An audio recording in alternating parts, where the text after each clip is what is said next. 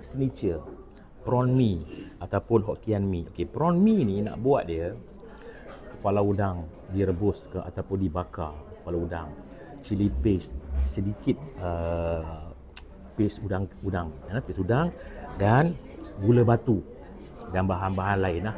Bahan-bahan lain lah. Jadi dia mesti berminyak cross kat sini Dia mesti merah macam ni, dia mesti ada minyak sikit. And dia punya rasa mesti rasa manis-manis kepala udang. Alright. Bismillahirrahmanirrahim.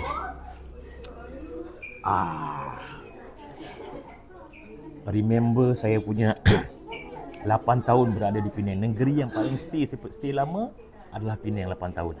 Sebab Penang ni adalah syurga makanan. Alright. Kita rasa dia punya prawn mee dia serve dengan bihun.